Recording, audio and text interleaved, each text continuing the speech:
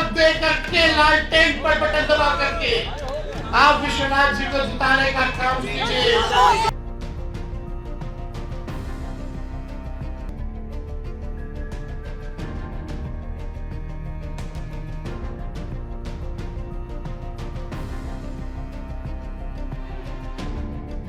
कोशिश करना है कि 25 में मुख्यमंत्री बनाए, उसके लिए हम लोग को इसी चुनाव की तैयारी करनी चाहिए। नमस्कार, दर्श न्यूज देख रहे हैं आप। मैं हूं आपके साथ रितेश शर्मा।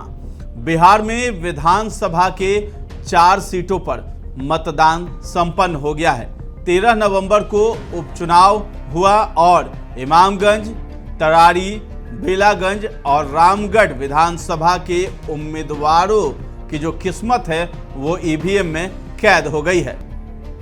बता दें कि ये जो चारों सीट है, विधानसभा की जो सीट हैं वो काफ़ी ज़्यादा हॉट सीट हैं और सभी सीटों पर जो है तकरार उतनी ही ज़्यादा है जितनी उम्मीद की जा रही थी। लेकिन इस बीच जो है बेलागंज जो सीट है विधानसभा का, वो काफ़ी ज़्यादा चर्चा में बन गया और काफ़ी ज़्यादा हॉट सीट भी माना जाने लगा, क्योंकि वहाँ पर राजद सुप्रीमो लालू प्रसाद यादव भी चुनाव प्रचार के लिए उतर गए। इसके साथ ही साथ तेजस्वी यादव भी वहां पर थे और हमने देखा कि किस तरीके से ओसामा साहब, जो कि शहाबुद्दीन का परिवार जो राजद से किनारा किए हुए था, इसी उपचुनाव के दरमियान जो है उनको आरजेडी ज्वाइन कराया जाता है। बाकायदा हिना साहब, ओसामा साहब, सभी लोगों ने आरजेडी ज्वाइन किया और फिर जो है वहीं से शुरुआत हो जाती है एमवाई समीकरण की, जो कि एमवाई समीकरण आरजेडी का असल हथियार है और उसी के बल पर आरजेडी हमेशा से यहाँ सत्ता में बनी रही है और जो जितनी भी सीटें वो जीतती रही है, इसी एमवाई समीकरण की बदौलत ही आरजेडी सत्ता में हमेशा से बनी रही थी। तो लालू यादव का ये असल हथियार था और लालू यादव की ये रणनीति कितनी काम करेगी ये तो वक्त बताएगा। 23 नवंबर को जो है परिणाम भी सामने आ जाएंगे। फिलहाल अभी कुछ दिन शेष है, लेकिन जो परिणाम आएंगे वो 23 को ही साफ हो पाएगा कि किसकी वहां पे जीत सुनिश्चित होती है। तो आपको बता दें कि अपने मताधिकार का प्रयोग जो लोग कर चुके हैं वहां पर, और ये भी देखने को मिला कि बेलागंज में जो वोटर्स हैं, जो वोटिंग करने की जो प्रतिशत वहां पे दर्ज की गई, वो पिछली बार के चुनाव से इस बार कम रहा है। बेलागंज में 5% जो है कम वोटिंग हुई है। इस बार जो है 55 से 56% वोटिंग की गिनती हुई है, लेकिन पिछली बार जो है यही आंकड़ा 60 से ऊपर था। 62% जो है बेलागंज में वोटिंग हुई थी। इन सभी बातों पर हम चर्चा करेंगे, लेकिन बेलागंज में जिस तरीके से आरजेडी का गढ़ माना जाता है और बेलागंज में अभी जो है लालू यादव की प्रतिष्ठा जो है वो दांव पर लगी हुई है। क्यों दांव पर लगी हुई है इस बारे में भी हम चर्चा करेंगे, लेकिन ये जो राजनीतिक जानकारों की जो बातें हैं, विशेषज्ञ जो है उनका क्या कहना है, इस पर भी हम चर्चा करेंगे। तो सबसे पहले आपको बता दें कि ये जो 4 सीटों में गया के बेलागंज विधानसभा सीट पर मुकाबला दिलचस्प है। एनडीए के सामने राष्ट्रीय जनता दल के 25 साल पुराने किले को ध्वस्त करने की चुनौती आ खड़ी हुई। आपको बता दें कि सुरेंद्र यादव यहाँ से विधायक रहे हैं, 1995 से ही वो विधायक रहे हैं और उनका जो साम्राज्य रहा है वो 34 से 35 सालों का रहा है। फिलहाल जो है सुरेंद्र यादव जहानाबाद से सांसद चुने गए हैं, सांसद बन गए, तो ये जो सीट है ये खाली हो गई थी। अब इसी को लेकर के ये विधानसभा का जो है ये उपचुनाव हुआ और उपचुनाव में जो है सुरेंद्र यादव के बेटे विश्वनाथ यादव को लालू यादव ने टिकट दिया, उन पर विश्वास जताया और वो यहाँ से चुनावी मैदान में उतर गए थे। तो यहाँ जो असल टक्कर है वो यादव वर्सेस यादव की यहाँ पे लड़ाई देखने को मिल रही है, क्योंकि यहाँ पर एक तरफ तो मनोरमा देवी जो हैं वो भी यादव समाज से आती हैं और इधर जो है सुरेंद्र यादव के बेटे विश्वनाथ यादव की लड़ाई है, यानी आरजेडी वर्सेस जदयू की लड़ाई है, इंडिया गठबंधन वर्सेस एनडीए की लड़ाई यहाँ पे काफी दिलचस्प हो गई। लेकिन इस लड़ाई के बीच में हम देखेंगे कि जनसुराज जो प्रशांत किशोर की पार्टी है, उन्होंने भी दांव खेल दिया। दांव ऐसा खेला कि जिससे जो है आरजेडी के जो एमवाई समीकरण है उसमें सेंधमारी करने का प्लानिंग जो है जनसुराज पार्टी ने कर डाली। प्रशांत किशोर ने मोहम्मद अमजद नाम के एक कैंडिडेट को यहां से उतार दिया, जिसके बाद जो है MY समीकरण को लेकर के ये चर्चा होने लगी कि क्या तीसरे विकल्प के तौर पर लोग प्रशांत किशोर की पार्टी जनसुराज को यानी कि मोहम्मद अमजद को क्या मुस्लिम लोग वोट देंगे, ये सब बातें भी चर्चा होने लगी। तो हम एक एक करके आपको उन सभी पहलुओं पर बताएंगे कि आखिर क्या वहां पे दृश्य रहा है। इस चुनाव में हमारी टीम की तरफ से वहां पर ग्राउंड रिपोर्टिंग भी की गई थी और उसके बाद जो समीकरण वहां पे बैठे हैं उसको लेकर के हम आपके सामने यहां पर चर्चा कर रहे हैं। तो सबसे पहले आपको बता दें कि आरजेडी के सामने गढ़ बचाने की चुनौती आन खड़ी हुई है। बेलागंज विधानसभा राजद के लिए कितना महत्वपूर्ण है इसका अंदाजा इसी बात से लगाया जा सकता है कि 4 सीटों पर होने वाले विधानसभा उपचुनाव में सिर्फ एक सीट पर लालू प्रसाद यादव को प्रचार के लिए उतरना पड़ गया। और भी सीटें थी, 3 और सीटें थी, लेकिन वहां लालू प्रसाद यादव नहीं पहुंचे। लेकिन सवाल ये उठने लगा कि आखिर बेलागंज में ही राजद सुप्रीमो लालू प्रसाद आखिर क्यों उतर गए चुनाव प्रचार करने के लिए। तो लालू यादव कोडरमा भी गए थे, तो झारखंड में एक सीट था कोडरमा, वहां सुभाष यादव के लिए गए थे, लेकिन बेलागंज में भी लालू यादव ने जो है वोट मांगा और वो भी अपने कैंडिडेट सुरेंद्र यादव के बेटे विश्वनाथ यादव के लिए। तो लालू प्रसाद यादव के सबसे भरोसेमंद लोगों में सुरेंद्र प्रसाद यादव की गिनती होती है। इस सीट पर सुरेंद्र यादव 8 बार विधायक चुने जा चुके हैं। तो मुस्लिम और यादव वोटों में सेंधमारी की यहां पे आशंका जताई गई। इस बार आरजेडी को इस बात का एहसास हो रहा था कि उनके परंपरागत मुस्लिम और यादव वोटों में सेंधमारी हो सकती है। जदयू ने मनोरमा देवी को टिकट देकर यादव वोट बैंक में सेंधमारी करने का प्रयास किया, तो प्रशांत किशोर की जनसुराज पार्टी ने अल्पसंख्यक चेहरे को प्रत्याशी बनाकर मुस्लिम वोटरों में सेंध लगाने की तैयारी की। तो मोहम्मद अमजद जनसुराज पार्टी से आ गए और मनोरमा देवी जदयू से आ गई। तो मनोरमा देवी जो हैं उनका वोट बैंक वहां पर अलग है और वो भी यादव हैं, इसलिए सुरेंद्र यादव का जो वोट बैंक है वो बढ़ सकता है यहाँ पर। और उसके बाद रॉकी यादव एक यूथ का चेहरा है, मनोरमा देवी के बेटे हैं, और बिंदी यादव उनके पिता थे। तो बिंदी यादव भी वहां से बहुत रसूख वाले आदमी थे और ताकतवर आदमी थे। सुरेंद्र यादव भी ताकतवर आदमी है। तो लोहे का लोहे से यहाँ पे टकराव हुआ है बेलागंज में, इसलिए ये काफी ज्यादा हॉट सीट बना हुआ है। तो बेलागंज में लालू यादव ने प्रचार किया है। तेजस्वी यादव ने बेलागंज में कई चुनावी सभा को संबोधित किया। वोटों के बिखराव को देखते हुए तब जाकर के राजद सुप्रीमो लालू प्रसाद यादव ने खुद बेलागंज में जाकर चुनाव प्रचार करने का फैसला किया और उन्होंने बेलागंज के मतदाताओं से राजद के पक्ष में मतदान करने की अपील की। उसके निशाने पर जो है लालू यादव के निशाने पर पीएम मोदी रहे थे। तो पीएम मोदी पर जमकर वो कटाक्ष करते हुए नजर आ रहे थे और पुराने अंदाज में भी लालू यादव वहां नजर आए थे बेलागंज में। अब बात कर लेते हैं कि जो मुस्लिम वोट बैंक है उसको साधने के लिए लालू यादव ने क्या किया। तो बिहार की राजनीति में मोहम्मद शहाबुद्दीन का एक अपना दबदबा रहा था। राजद के संस्थापक सदस्यों में उनकी गिनती होती थी और वो राजद के बड़े अल्पसंख्यक चेहरे थे। तो 4 बार सिवान से सांसद चुने गए शहाबुद्दीन का निधन होने के बाद उनके परिवार की दूरी आरजेडी से धीरे धीरे बढ़ने लगी थी। तो कुछ दिनों पहले ही शहाबुद्दीन की पत्नी हिना साहब और बेटे ओसामा साहब ने राजद की सदस्यता ली। खुद लालू यादव ने दोनों को राजद की सदस्यता दिलवाई थी। मुस्लिम वोटों में बिखराव ना हो इसलिए मोहम्मद शहाबुद्दीन के बेटे ओसामा साहब को वहां पर प्रचार के लिए उतरना पड़ा। उनकी चुनावी सभा में अल्पसंख्यक वोटरों के बीच में ही मारपीट की भी घटना सामने आई। तो इस मुद्दे पर भी हम बात करेंगे, लेकिन जो मुस्लिम वोटर्स थे उनको साधने की पूरी वहां पर कोशिश की गई है राजद की तरफ से। तो ओसामा साहब को वहां पे उतारा और उन्होंने जनसभा की, लोगों के बीच में जाकर के मुलाकात कर रहे थे।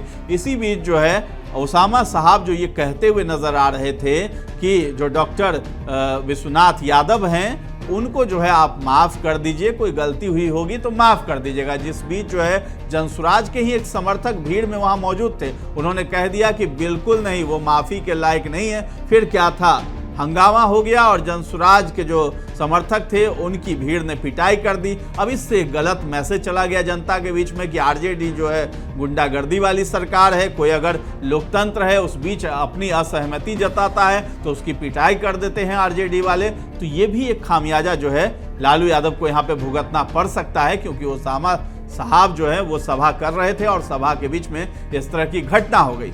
और ठीक जो है चुनाव जब था यानी 13 नवंबर को वोटिंग थी, तो उससे पहले ही जो है 8-10 जो है लिफाफे पकड़े गए थे जिसमें 200 रुपए के नोट रखे हुए थे और जो है वो वोटिंग से एक दिन पहले था। तो ऐसा आरोप लगा कि आरजेडी जो है पैसे बंटवा रही है अपने वोटरों के बीच ताकि उन्हें वोट हासिल हो सके। तो ये तमाम चीजें जो है आरजेडी की साख जो है वो इसी वजह से दांव पर लगी है, क्योंकि ये सब घटनाएं सामने आने लगी।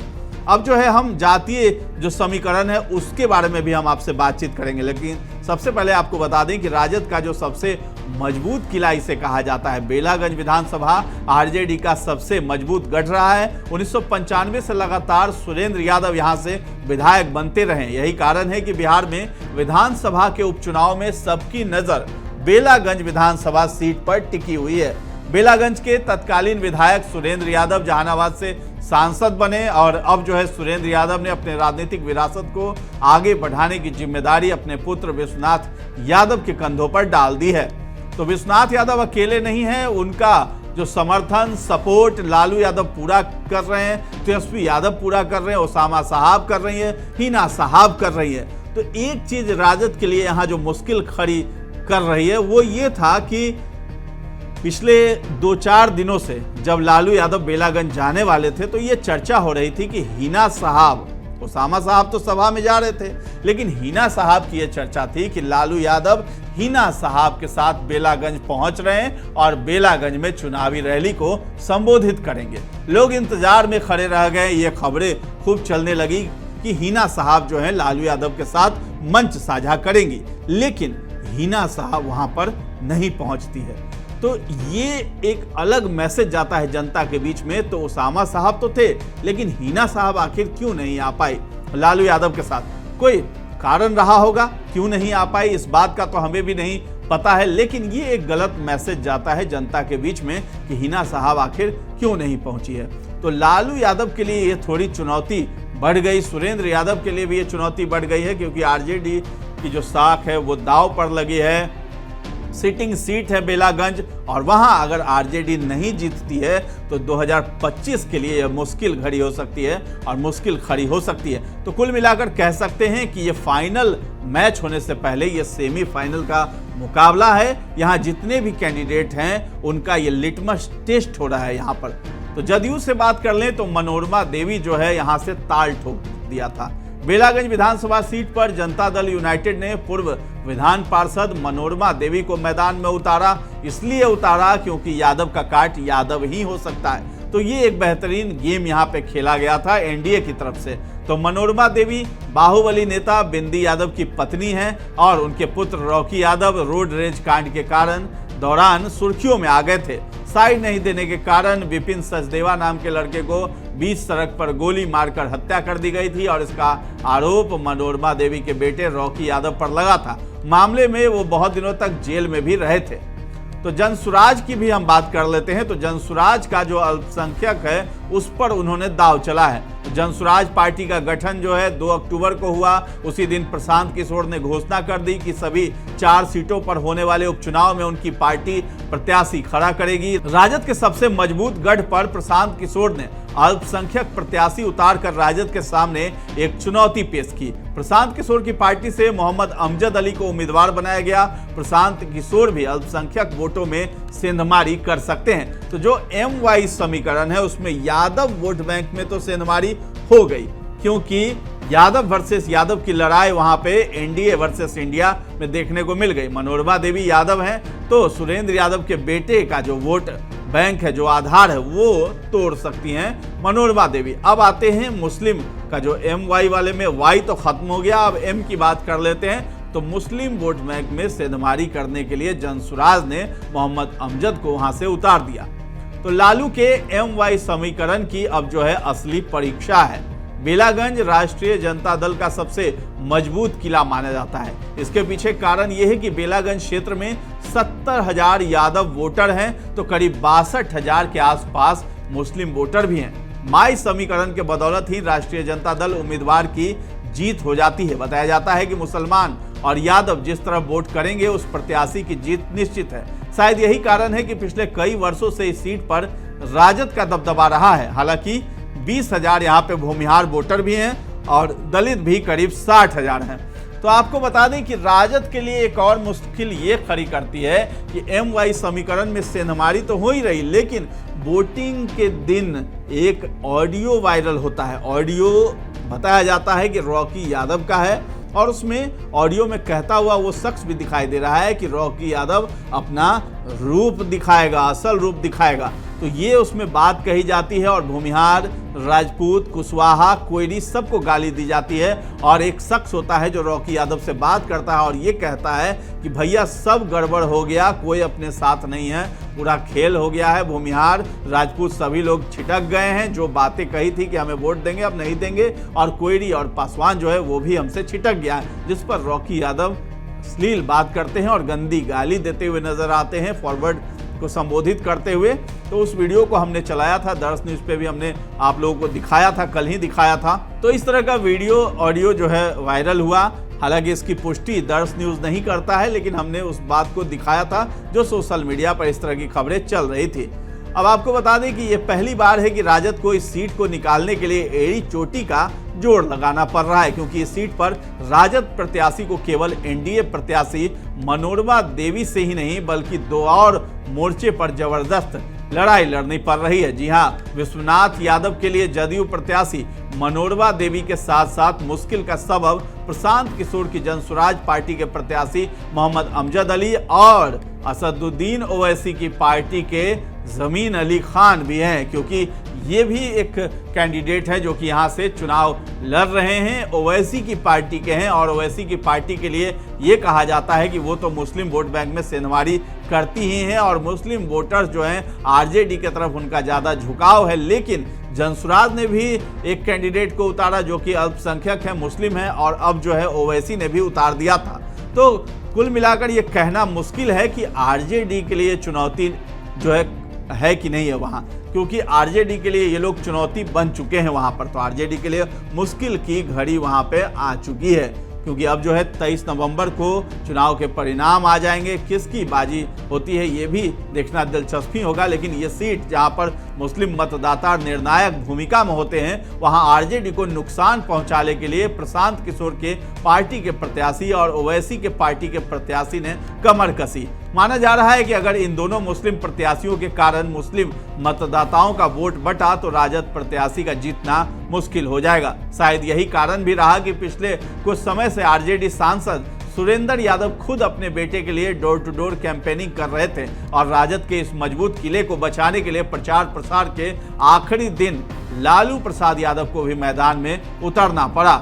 आपको बता दें कि लालू प्रसाद इस उपचुनाव में किसी भी सीट पर प्रचार के लिए नहीं गए थे, लेकिन बेलागंज में पार्टी की नाक बचाने के लिए उन्हें खुद यहां पर प्रचार के लिए उतरना पड़ा। बेलागंज में लालू प्रसाद यादव के प्रचार करने को लेकर प्रशांत किशोर ने तंज भी कसा था और कहा था कि लालू प्रसाद यादव और मुसलमान वोट बैंक के बदौलत बिहार में कई वर्षों तक राज किया, लेकिन अब वो उन्हीं के पार्टी के मुस्लिम उम्मीदवार मोहम्मद अमजद को हराने के लिए मैदान में उतर गए हैं। माना जा रहा है कि नेता प्रतिपक्ष तेजस्वी यादव भी झारखंड में प्रचार के कारण ज्यादा समय बिहार के उपचुनाव में प्रचार के लिए समय नहीं दे पा रहे थे और इसीलिए लालू को भी खुद मैदान में उतरना पड़ गया। दूसरी तरफ NDA की तरफ से प्रत्याशी जदयू उम्मीदवार मनोरमा देवी के पक्ष में गठबंधन के बड़े बड़े नेता लगातार बेलागंज में कैंप कर रहे थे और NDA की जीत सुनिश्चित करने में लगे हुए थे। तो वरिष्ठ पत्रकारों की हम बात अब कर लेते हैं कि उनका क्या कहना है। तो बेलागंज विधानसभा का उपचुनाव राजद और खासकर लालू प्रसाद यादव के लिए क्यों महत्वपूर्ण है, इसको लेकर के जो वरिष्ठ पत्रकार हैं उनका कहना है कि बेलागंज विधानसभा का उपचुनाव लालू यादव के माई समीकरण का टेस्ट होगा। चारों विधानसभा उपचुनाव में बेलागंज ही ऐसा क्षेत्र है जहां पर RJD का परंपरागत वोट बैंक टूटता हुआ दिखाई दे रहा है। बेलागंज में मुस्लिम और यादवों की आबादी सबसे ज्यादा है। यादव वोटों में जदयू सेंधमारी कर रही है तो प्रशांत किशोर की पार्टी की तरफ अल्पसंख्यकों का भी झुकाव हुआ है। यदि मुस्लिम यादव वोटों में बिखराव होता है तो बिहार की राजनीति में दूरगामी असर होता हुआ दिखाई दे रहा है। तो लालू के भरोसेमंद हैं सुरेंद्र यादव। सुरेंद्र यादव की छवि बाहुबली की रही है और वो शुरू से ही लालू प्रसाद यादव के साथ हमेशा खड़े रहे हैं। यही कारण है कि बेलागंज उपचुनाव के लिए लालू प्रसाद यादव को मैदान में उतरना पड़ रहा है। परंपरागत वोट बैंक में बिखराव हो सकता है। लोकसभा चुनाव में लालू प्रसाद यादव ने कुशवाहा कार्ड खेलकर एनडीए को नुकसान पहुंचाया था, लेकिन इस उपचुनाव में उनके अपने परंपरागत वोट बैंक में ही बिखराव देखने को मिल रहा है। यही कारण है कि तेजस्वी यादव के कंधों पर पिछले चुनाव में प्रचार का जिम्मा था, लेकिन वोट बैंक बचाने के लिए लालू प्रसाद यादव को प्रचार करने के लिए मैदान में उतरना पड़ा। वैसे चुनाव में नीतीश कुमार और लालू प्रसाद यादव ने भी ताकत लगाई है, लेकिन 2020 के मुकाबले इस बार कम वोटिंग ने सभी दलों की चिंता भी बढ़ा दी है। इस बार सबसे अधिक 56% बेलागंज में वोटिंग हुई है, जबकि सबसे कम तरारी में 50% वोटिंग दर्ज की गई है। बिहार विधानसभा के उपचुनाव में बड़े नेताओं के चुनाव प्रचार में उतरने के बावजूद जनता ने उदासीनता दिखाई है। शायद 2020 के मुकाबले इस बार कम वोटिंग हुई। राजनीतिक जानकारों का कहना है कि कम वोटिंग का कारण ये भी हो सकता है कि अगले साल विधानसभा का चुनाव है। 4 विधानसभा सीटों से सरकार की सेहत पर भी कोई असर पड़ने वाला नहीं है, इसलिए जनता ने बहुत ज्यादा उत्साह नहीं दिखाया है। सभी दल जीतने का दावा जरूर करें, लेकिन राजनीतिक दलों की चिंता निश्चित रूप से बढ़ गई है। राजनीतिक विशेषज्ञों का कहना है कि बिहार विधानसभा के 4 सीटों पर उपचुनाव का महत्व इसलिए अधिक है क्योंकि अगले साल 2025 में विधानसभा का चुनाव होना है। यह उपचुनाव उसका सेमीफाइनल माना जा रहा है, इसलिए सभी की प्रतिष्ठा दांव पर लगी हुई है। बिहार में महागठबंधन तेजस्वी यादव के कंधे पर चल रहा था, लेकिन जब लगा कि बात नहीं बनेगी तो लालू यादव भी चुनावी मैदान में उतरे। वहीं दूसरी तरफ प्रधानमंत्री ने भी अंतिम दिन बिहार में कार्यक्रम करके पूरे गेम को अपने पक्ष में करने की कोशिश की है। इसका लाभ एनडीए को मिल सकता है। प्रशांत किशोर की भी इस बार टेस्ट हो जाएगी, क्योंकि दावा उनकी तरफ से भी बहुत हो रहा था। बेलागंज में इस बार 56% वोट लोगों ने डाला है। 2020 के विधानसभा चुनाव में 61% लोगों ने वोट डाले थे। आरजेडी उम्मीदवार सुरेंद्र यादव को उस वक्त 46% वोट मिले थे, जबकि जेडीयू के अभय कुमार सिंह को 32% वोट हासिल हुआ था। 2020 के मुकाबले उपचुनाव में लोगों ने कम वोटिंग की। 2015 में भी सुरेंद्र यादव ही यहां से जीते थे। इस बार उनके बेटे विश्वनाथ यादव चुनावी मैदान में हैं, जबकि जदयू ने मनोरमा देवी को लड़ाया है। प्रशांत किशोर की पार्टी जनसुराज के उम्मीदवार भी चुनावी मैदान में है। साथ ही साथ ओवैसी की भी पार्टी के भी उम्मीदवार जो है वो भी चुनावी मैदान में है। तो बिहार विधानसभा के 4 सीटों पर हुए उपचुनाव के बाद अब जीत का दावा एनडीए और महागठबंधन दोनों तरफ से हो रहा है। ठीक चुनाव के दिन प्रधानमंत्री मोदी ने बिहार में कार्यक्रम कर 12,000 करोड़ की योजनाओं का तोहफा देकर महागठबंधन खेमे की मुश्किल बढ़ा दी है। ऐसे में पीएम मोदी और नीतीश कुमार की जोड़ी के सामने बिहार में महागठबंधन खेमा सिटिंग सीट भी बचा पाएगा कि नहीं, ये एक बड़ा सवाल है। 2025 विधानसभा चुनाव से पहले बिहार विधानसभा के 4 सीटों पर हुए उपचुनाव में नीतीश कुमार से लेकर लालू प्रसाद यादव तक ने अपनी ताकत लगा दी है। दोनों की प्रतिष्ठा दांव पर है। वहीं प्रशांत किशोर की पार्टी जनसुराज पहली बार चुनावी मैदान में उतरी है, तो प्रशांत किशोर ने भी कोई कसर नहीं छोड़ा। ऐसे में उनका भी लिटमस टेस्ट यहाँ पर हो ही रहा है। तो कुल मिलाकर ये देखा जाए कि जिस तरीके से कम वोटिंग हुई है बेलागंज में, और ये कहा जा रहा था कि जो है दोपहर तक मुसलमानों ने वोटिंग की थी और उसके बाद जो है मुस्लिम वोटर्स में महिलाओं ने बढ़ चढ़ के हिस्सा लिया। साथ ही साथ हिंदू जो महिलाएं हैं उन्होंने भी बढ़ चढ़ के हिस्सा लिया था। तो महिलाओं को जोड़ा जा रहा है नीतीश कुमार से। कहा जा रहा है महिलाएं ही बेलागंज की तस्वीर बदल देंगी, नीतीश कुमार की जीत यहां पर होगी। और लालू यादव के लिए थोड़ी मुश्किल की घड़ी है, क्योंकि उनके कैंडिडेट सुरेंद्र यादव के यानी कि बेटे विश्वनाथ यादव के लिए थोड़ी मुश्किल हो सकती है, क्योंकि एम समीकरण में सभी लोगों ने मिल करके सेंधमारी की है। मुस्लिम वोट बैंक में हुई है सेंधमारी, और यादव जो वोट बैंक है उसमें भी सेंधमारी हुई है। तो कुल मिलाकर आरजेडी का जो ये गढ़ रहा है, किला रहा है, ये भी दाव पर लगा हुआ है कि आखिर एम समीकरण उनका बचेगा या ये ध्वस्त हो जाएगा। ये एक अलग मैसेज जाएगा जो 2025 चुनाव के लिए, यानी जो बिहार में विधानसभा चुनाव होने वाले हैं 2025 के लिए, उसकी रणनीति तैयार करने में सहयोग देगा। ये जो विधानसभा ये उपचुनाव है, इसका रिजल्ट, ये तमाम बातें थी जो बेलागंज को लेकर के थी, और हमने इस पे एक एक बातें रखी हैं कि आखिर क्या कुछ हो सकता है। तो कुल मिलाकर आरजेडी मुश्किल में है, ऐसा प्रतीत हो रहा है। लेकिन वहाँ यादवों का वोट बैंक भी बहुत ज़्यादा है। अगर यादव नहीं बटे और नाराज जो यादव है वो भी लालू यादव के साथ रहे, तब तो आरजेडी की जीत यहाँ पे सुनिश्चित है। लेकिन ये मुश्किल लग रहा है, क्योंकि वोट बैंक में सेंधमारी प्रशांत किशोर भी कर रहे हैं, ओवैसी की पार्टी भी कर रही है और जदयू भी कर रही है। तो कुल मिलाकर देखा जाए तो आरजेडी का जो किला है वो बचेगा या नहीं, ये 23 तारीख को यानी 23 नवंबर को इसका फैसला हो जाएगा। और आपको क्या लगता है बेलागंज के बारे में, और ये जो एनालिसिस हमने किया है इस पर आपका क्या कहना है, ये सब हमें कमेंट सेक्शन में जा करके जरूर बताएं। और हमारे चैनल को अब तक सब्सक्राइब नहीं किया है तो जरूर कर लें। धन्यवाद।